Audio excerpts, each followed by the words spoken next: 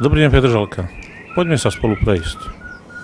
Ukážem ti, čo všetko sme spolu dokázali. Bola to dlhá a miestami kľukatá cesta.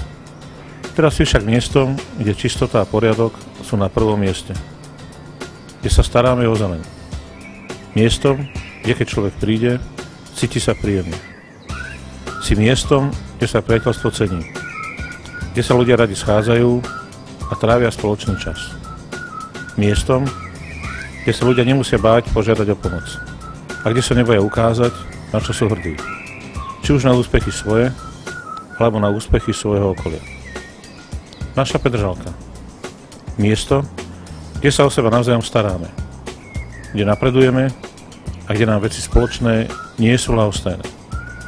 Si miestom atraktívnym pre život. Súkromný aj profesijný. Miestom, kde sa ľudia neboja prejaviť radosť zo života.